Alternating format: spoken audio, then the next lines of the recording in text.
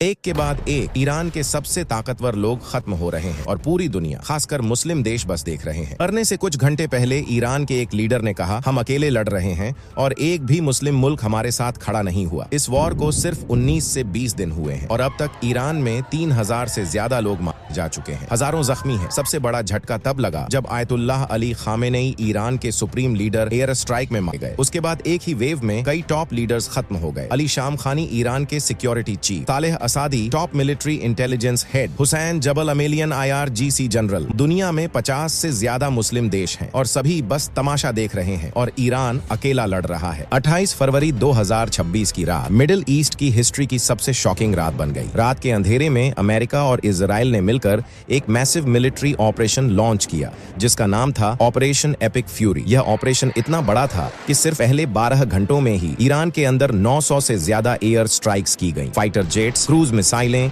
और ड्रोन एक साथ ईरान के मिलिट्री टारगेट्स पर बरसने लगे। टारगेट लिस्ट में IRGC base, missile launch sites, military command centres और न्यूक्लियर फैसिलिटीज शामिल थे। सबसे बड़ा शॉक तब आया जब रिपोर्ट्स में कहा गया कि पहली वेव के अटैक्स में ईरान के सुप्रीम लीडर अली खामेनेई मारे गए। साथ ही ईरान के डिफेंस मिनिस्टर, IRGC कमांडर और चीफ ऑफ स्टाफ भी स्ट्राइक्स में मारे गए। एक ही दिन में ईरान की टॉप लीडरशिप को बड़ा झटका लगा और पूरा सिस्टम हिल गया। अटैक के तुरंत बाद ईरान ने भी रिटेलिएशन की तैयारी शुरू कर दी। 1 मार्च से जंग का असली जवाब शुरू हुआ। अमेरिका और इजराइल के मैसिव अटैक्स के बाद ईरान ने अपना रिटेलिएशन लॉन्च कर दिया। रात भर ईरान के मिलिट्री बेस से बैलिस्टिक मिसाइलें और ड्रोन एक के बाद एक लॉन्च होने लगे। टारगेट सिर्फ इजराइल नहीं था। ईरान ने पूरे रीजन को मैसेज दिया कि अगर ईरान पर हमला होगा तो पूरा मिडिल ईस्ट महसूस करेगा। सबसे पहले मिसाइलें इजराइल के शहरों तेल अवीव, हैफा और अशदोद की तरफ भेजी गईं। जैसे ही मिसाइलें रडार पर दिखीं, इजराइल के सायरन बजने लगे और आयरन डोम और एरो डिफेंस सिस्टम एक्टिवेट हो गए। कई मिसाइलें हवा में ही इंटरसेप्ट कर ली गईं, लेकिन कुछ मिसाइलें डिफेंस शील्ड को तोड़कर शहरों तक पहुंच गईं, जिससे बिल्डिंग्स और इंफ्रास्ट्रक्चर को नुकसान हुआ। इजराइल में 13 लोग गए और दर्जनों जख्मी हुए। इसी रात ईरान ने गल्फ में मौजूद अमेरिकी ठिकानों को भी निशाना बनाया। कुवैत और इराक में हमलों के दौरान 3 अमेरिकी सैनिकों की मौत हुई। इसी के साथ ईरान ने UAE, सऊदी अरब और बहरीन में मौजूद अमेरिकी मिलिट्री बेस को भी टारगेट किया। ईरान के ड्रोन ने गल्फ के ऊपर से लो एल्टीट्यूड पर उड़ते हुए US रडार सिस्टम्स को कंफ्यूज कर दिया। इस रिटेलिएशन के बाद पूरा मिडिल ईस्ट हाई अलर्ट पर चला गया। सऊदी अरब, UAE और कतर ने अपने एयर डिफेंस सिस्टम एक्टिवेट कर दिए और एयरपोर्ट्स पर इमरजेंसी प्रोटोकॉल लगा दिए गए। 2 मार्च को कॉन्फ्लिक्ट और ज्यादा डेंजरस हो गया। रिपोर्ट्स के मुताबिक ईरान से लिंक्ड एक ड्रोन स्ट्राइक ने दुबई इंटरनेशनल एयरपोर्ट के एक एरिया को हिट कर दिया। एयरपोर्ट का एक हिस्सा डैमेज हो गया और दर्जनों फ्लाइट्स कैंसिल करनी पड़ी। इस घटना के बाद एयरलाइंस ने मिडिल ईस्ट के ऊपर से अपने रूट्स बदलने शुरू कर दिए। 3 मार्च को इजराइल ने ईरान की असेंबली ऑफ एक्सपर्ट्स की बिल्डिंग को टारगेट करके डिस्ट्रॉय कर दिया। यह वही इंस्टीट्यूशन है जो ईरान का सुप्रीम लीडर चुनता है। इस बिल्डिंग को डिस्ट्रॉय करने का मतलब था कि इजराइल सिर्फ ईरान की मिलिट्री को नहीं बल्कि उसके पॉलिटिकल सिस्टम को भी डेस्टेबिलाइज करना चाहता है। उस वक्त ईरान के अंदर पहले से ही लीडरशिप क्राइसिस चल रहा था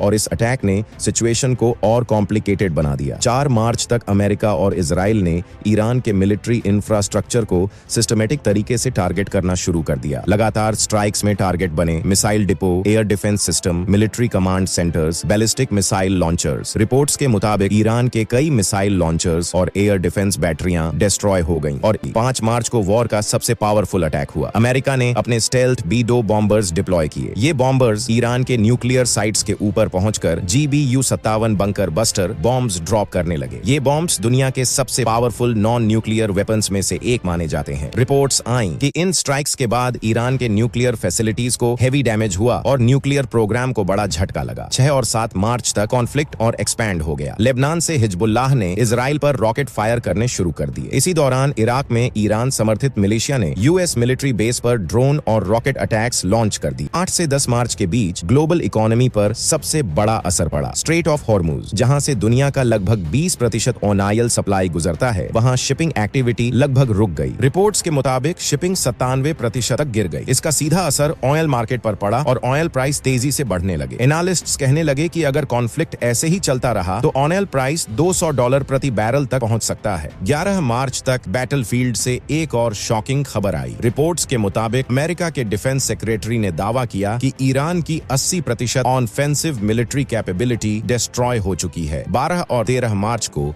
ईरान ने सबसे बड़ा रिटेलिएशन अटेम्प्ट किया। एक दिन में 7 मिसाइल बैराज इजराइल पर लॉन्च किए गए। तेल अवीव अवीव और हाइफा में लगातार सायरन बजते रहे। इजराइल के आयरन डोम और एरो डिफेंस सिस्टम्स ने कई मिसाइलें इंटरसेप्ट की, लेकिन कुछ मिसाइलें टारगेट्स तक पहुंच गईं। 13 मार्च को डोनाल्ड ट्रंप ने दावा किया कि अमेरिका ने ईरान के खार्ग आइलैंड ऑनेल हब को टोटली डिस्ट्रॉय कर दिया है। खार्ग आइलैंड ईरान का सबसे बड़ा ऑनेल एक्सपोर्ट टर्मिनल माना जाता है। इस वॉर में अब तक ईरान में 1348 लोग मर चुके हैं। एक स्ट्राइक में ईरान के एक स्कूल पर अटैक हुआ जिसमें 170 बच्चियां गए, जबकि कुछ बेस पर ड्रोन अटैक्स हुए। सिर्फ 6 दिनों में यूएस मिलिट्री का खर्च लगभग 11.3 बिलियन डॉलर तक पहुंच गया। इस बीच ईरान के प्रेसिडेंट मसूद पेजेश्कियन ने वॉर खत्म करने के लिए 3 बड़ी शर्तें भी रखी हैं। पहली शर्त, अमेरिका और इजराइल को ईरान के लेजिटिमेट राइट्स को ऑफिशियली रिकॉग्नाइज करना होगा। दूसरी शर्त, इस वॉर में ईरान को जो नुकसान हुआ है उसका पूरा कॉम्पेंसेशन या रेपरेशंस देना होगा। तीसरी और सबसे इंपॉर्टेंट शर्त, इंटरनेशनल लेवल पर स्ट्रॉन्ग गारंटी दी जाए कि फ्यूचर में अमेरिका या इजराइल दोबारा ईरान पर अटैक नहीं करेंगे। ईरान का कहना है कि अगर ये 3 शर्तें मान ली जाती हैं तभी वॉर रुकेगा, वरना लड़ाई जारी रहेगी। रूस और चीन भी ईरान की मदद कर रहे हैं। चीन ने ईरान को बेइडाओ सैटेलाइट नेविगेशन सिस्टम का एक्सेस दिया है। यह चीन का अपना जीपीएस सिस्टम है। जंग के शुरू में अमेरिका ने जीपीएस जामिंग शुरू कर दी थी। ईरान की मिसाइलें जो जीपीएस से गाइड हो रही थीं, ऑफ टारगेट होने लगी। सबसे डेंजरस फीचर ये है कि बेइडू मिड फ्लाइट में भी मिसाइल से कम्युनिकेशन कर सकता है 2000 किलोमीटर तक। मतलब मिसाइल हवा में है और ऑपरेटर रियल टाइम में उसकी दिशा बदल सकता है। इस तरह अमेरिका का जीपीएस जामिंग प्लान एक ही रात में कमजोर पड़ गया। रूस ने भी इस जंग में ईरान की कई तरह से मदद की। सबसे पहले रूस ने ईरान को एडवांस्ड एयर डिफेंस टेक्नोलॉजी और रडार सिस्टम देने में मदद की। इससे ईरान को अपने मिलिट्री बेस और न्यूक्लियर फैसिलिटीज को बचाने में सपोर्ट मिला। रिपोर्ट इसके अलावा रूस ने सैटेलाइट इंटेलिजेंस भी शेयर की। रूस ने मिलिट्री ड्रोन और ड्रोन टेक्नोलॉजी में भी ईरान को सपोर्ट दिया। डिप्लोमेटिक लेवल पर भी रूस खुले तौर पर ईरान के साथ खड़ा दिख रहा है। संयुक्त राष्ट्र और इंटरनेशनल फोरम्स पर रूस ने अमेरिका और इजराइल के अटैक्स की आलोचना की